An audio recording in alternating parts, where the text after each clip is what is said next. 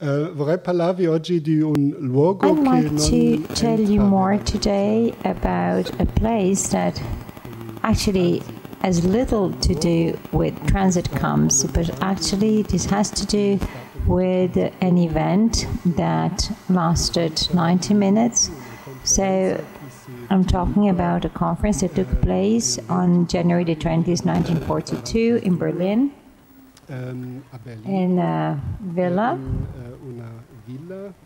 And I would like to tell you more about the challenges that have to do with commemorating this event that has been considered as a key moment in the planning and implementation of the Holocaust. Well, the Wannsee house is not an imaginary place, not at all. It's a place, it's a villa that was built in 1915 by a billionaire from Berlin that got rich. And this house has become then one of the headquarters of the Nazi police, so one of the sort of terror centers of the Third Reich. So this is not a place where you can see history. I don't know how to judge the architectural style of the building, but still quite imposing. So it's on a lake. The Wannsee lake is not a real lake. I mean, it's part of the half Riviera, and when it's sunny, this is a rather nice and lovely place. So nobody would never ever think about the genocide planned here by the Nazi when staying here in a sunny place. And we do not have any pictures dating back to the time of the conference. We have a picture of the 40s. Well, this was long before the house was sold to the SS, so we actually don't know how the house was inside during the conference. So what are we talking about? So in Wannsee, the representatives of the Nazi state talk about 11 million people all over the continent, and so they talk about the Jewry in Europe. And as you can see, victims here are just numbers. And you have also the names of the countries from which these people have to be deported according to the purposes of the Nazi state. So here you have a patchwork of pictures showing 15 men that are to be related to this conference. The vast majority of them is wearing an SS uniform, but not all of them were members of the police and of the SS, but there were also representatives of civilian ministries that oftentimes were presented wearing SS uniforms. A key person was Reinhard Heydrich, a young officer that had to leave the military navy in the 20s because he didn't keep what he promised, and then he had a second career in the SS. Actually, his career was based on a mistake because he didn't quite understand that an officer having to do with signaling is not exactly the same as an officer dealing with information management, so of intelligence. This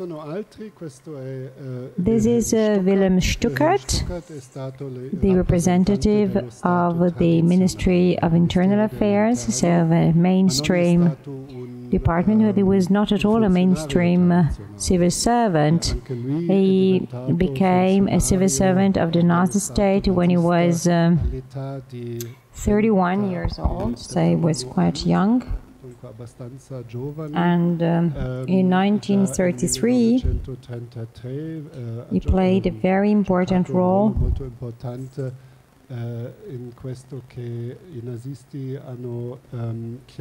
in the so-called university cleansing in Prussia, and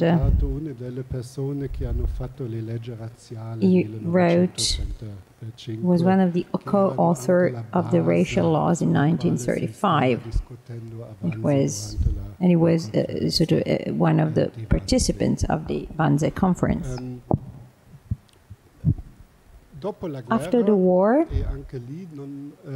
and there too we have few documents about the house. We know that this house was used as hospital and also probably as a sort of DP camp.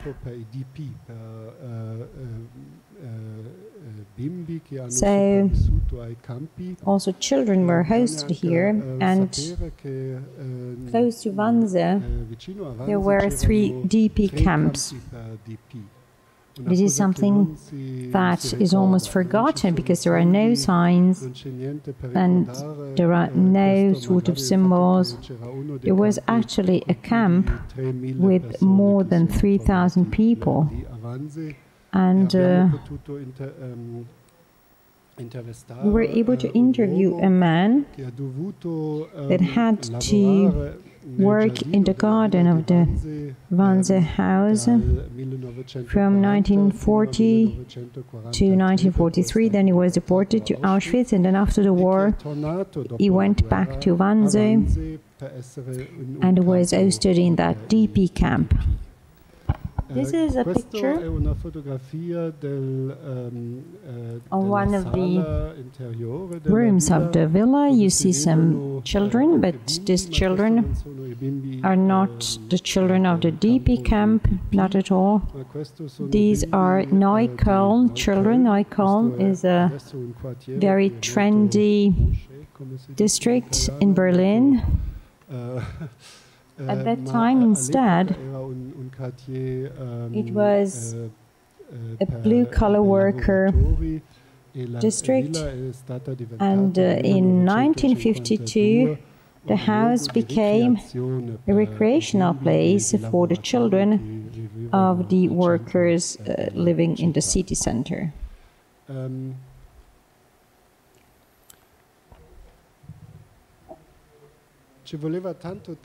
It took some time before remembering the Wannsee conference. The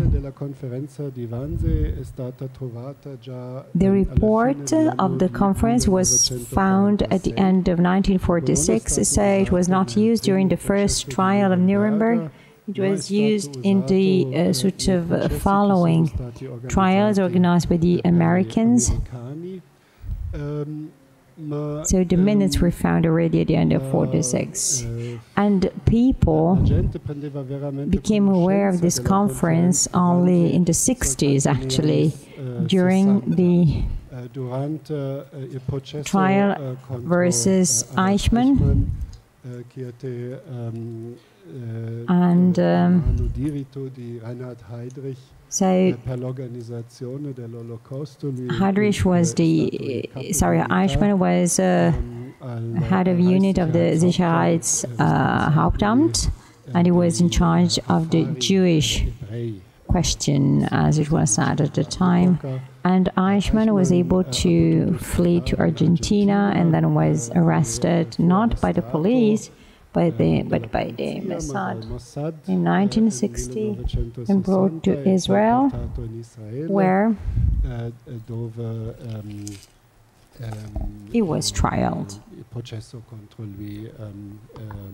And this trial was very, very important because somehow it marked a watershed in Germany, and Western Germany were afraid about the fact that the German Democratic Republic would have done all they could to influence the trial, and East Berlin had sent its own lawyer, and in Jerusalem the Western Information Service then later on showed the documents of these lawyers. So somehow the Knesset also made some pressure so that the Germans could pass a law. So there was a special situation also from a political point of view, and well, many people asked about the sort of lack of extradition request for Eichmann to Argentina by Germany. But still, going back to the Wannsee Conference House, we have Josef Wolf, who was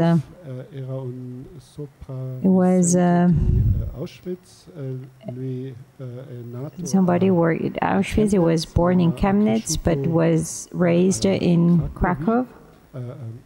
And here you can see him. He's working, and so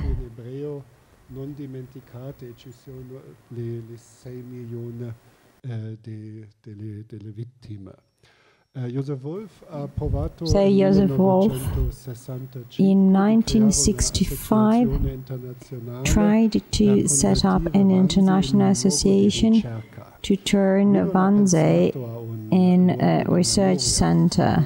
So he didn't think about memorial sites. It was not that important at the time because actually little was known about the Holocaust. Few books had been published at scientific level, but his idea was to make Wannsee a repository for legal deeds and acts of trials carried out in Germany after 1958, when, there was the first Ulm trial against the policeman that murdered Jews. And so, well, there was almost a sort of continuity in the German public administration, and this was a propaganda act of Eastern Germany. Here you see Hans-Josef Maria Klopke, a Stuttgart collaborator, and he also joined the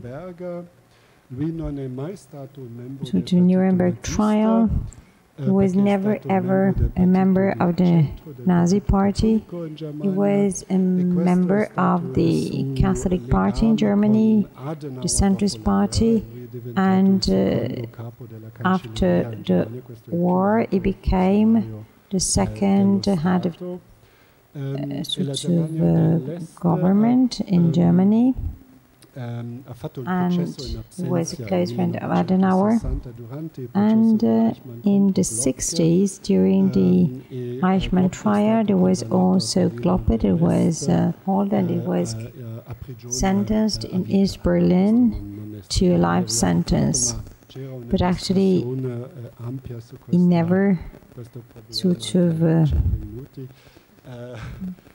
fulfilled this sentence. But then, there was a problem already in 1965 when Josef Wolf launched this initiative to turn Wannsee in a research center.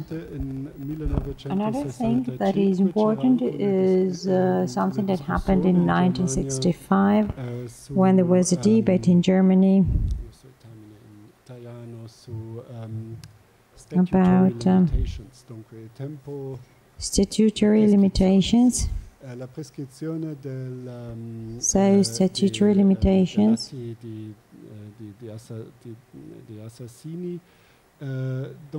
for criminal deeds. So there was a political issue.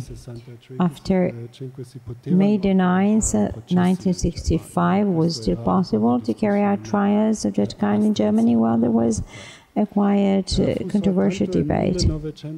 But only in 1982, this plate was put on the Wannsee house.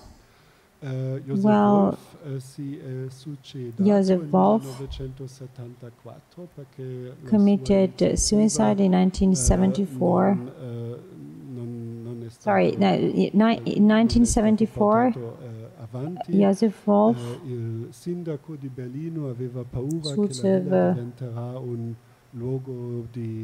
made something sort of tragic, because some people were afraid of making this place as a place for Wannsee people. Only 40 years after the Wannsee conference in 1982, there was an official commemoration there. And here you see the text of the plate. You see what is written, and this message is not about the fact that people were murdered and killed, but it is said that the people were victims of the Nazi power. So as if the Nazi power was a sort of natural disaster.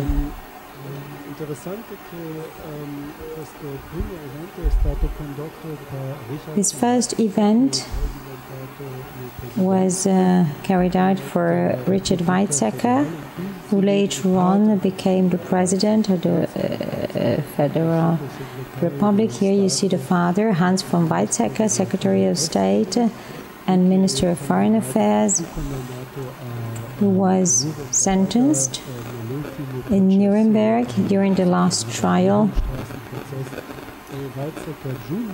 Willestraßenprozess, and you see here the father and the son. And when he was a young law student, he joined the team of his lawyers. So there was a personal relation to the villa and the history of the villa, because during the trial, I mean, there were mentions about the fact that his father had seen the minutes of the Wannsee conference and had validated the deportation of Jews from France. Here you see another picture. You see Stuttgart, and is in front of a chart flow of the Ministry for Internal Affairs. And, well, the conference was considered as a conspiracy to genocide. And this had a huge impact also on the historiography of the conference. So until the 90s, the conference was seen as the turning point, the watershed, when the genocide started. But actually this is not like that. If you have a look at the chronology, you see that more than 600,000 people had been murdered when the conference took place. And on January the 19th, the 9th transport left Berlin, so everything was already underway. Well, to conclude, what else can I say? What is being remembered and commemorated about this sort of transit event? Well, there are two Presentations of the conference. One is a German production of 1995 by Moments, and the other one is a film by Frank Pearson with Stanley Tucci, Colin Firth, and Kenneth Branagh. And Colin Firth plays Stuttgart. And again, this is a big challenge, because many people come to Wannsee with some specific pictures in their heads and some interpretations, but again, I'll stop here.